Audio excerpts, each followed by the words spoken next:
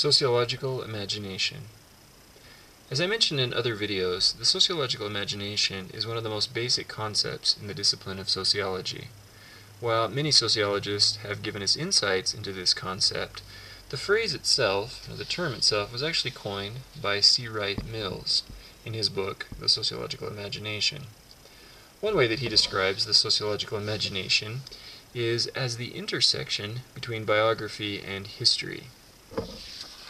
If you imagine two roads coming together, one of them biography and the other history, this point at which they meet is the point of the sociological imagination, or the point the sociological imagination is trying to understand.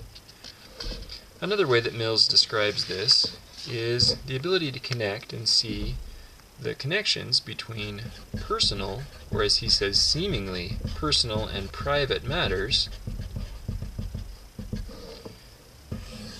to broader social, historical conditions.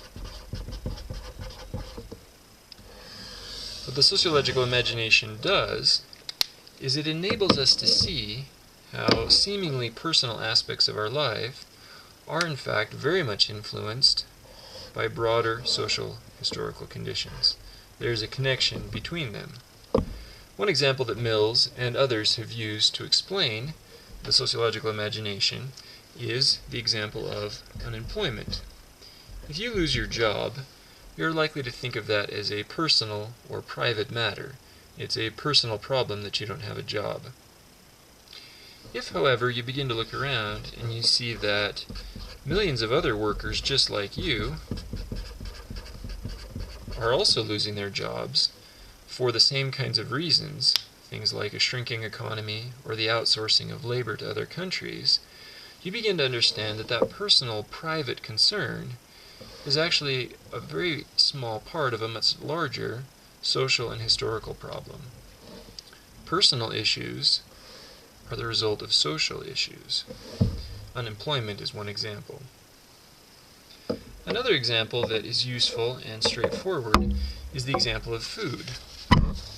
Food is interesting because all of us need it. It's a basic biological necessity that we all take in some kind of nourishment.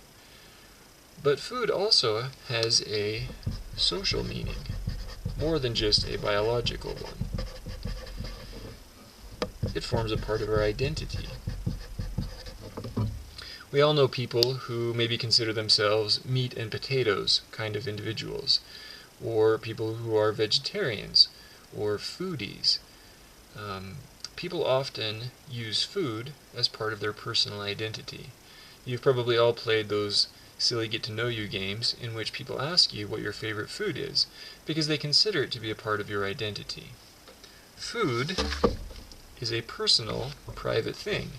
We think about the foods we like as a matter of personal choice or personal taste, but they aren't always, and they aren't completely. If you were to imagine a group of people, a group of young Americans going to a shopping mall or maybe a county fair, when they get hungry they're going to eat things like pizza, or maybe a really big pretzel of some kind at a mall. They often sell these. Or maybe some kind of an ice cream cone. That's a pretty good ice cream cone, huh? In China, a very similar group of young people going to a street market or some kind of community event might eat a very different set of things. They might eat, for example, grasshoppers or crickets skewered on a stick. They might have some kind of grubs, or snakes too, or eels, or other kinds of native foods. Many Asian countries close to the sea eat a lot of squid.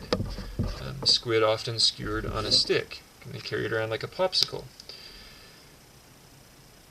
Both groups of people consider these foods to be completely normal and very tasty and very desirable. When Americans see a grasshopper, they don't normally think of something to eat, but other people in the world do.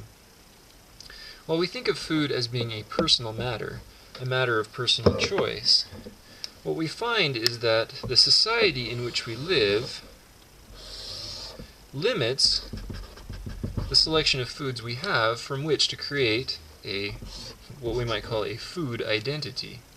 If I live in China, I have more of these options and maybe less of these options. If I live in the United States, these foods are placed before me and not these ones. Now, this isn't to say, again, that personal choice isn't important. People in every country certainly have their preferences of what they like to eat and don't like to eat. But the range of choices we have is often very much connected to the society in which we live. Another social condition or a social problem that is associated with the food we eat and the food we like is how hungry we are. If a country is starving or going through economic trouble, things that we once thought unpalatable become very tasty in time of need.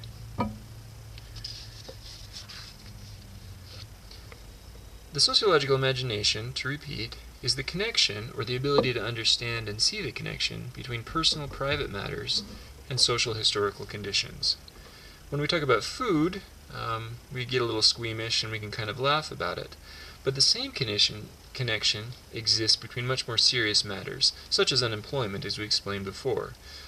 It relates to things like sexual desire, standards of beauty, ethical principles and ethical reasoning, morals, what we think is right and wrong, how we use our money, how we use our wealth, how we apply violence, the kinds of people we accept, the kinds of people we reject. Sociologists, in all aspects of human life, are trying to understand how social and historical conditions influence personal, private choices, desires, and struggles. This is the sociological imagination, and it's one of the most important skills and insights provided by sociology. Thank you for watching.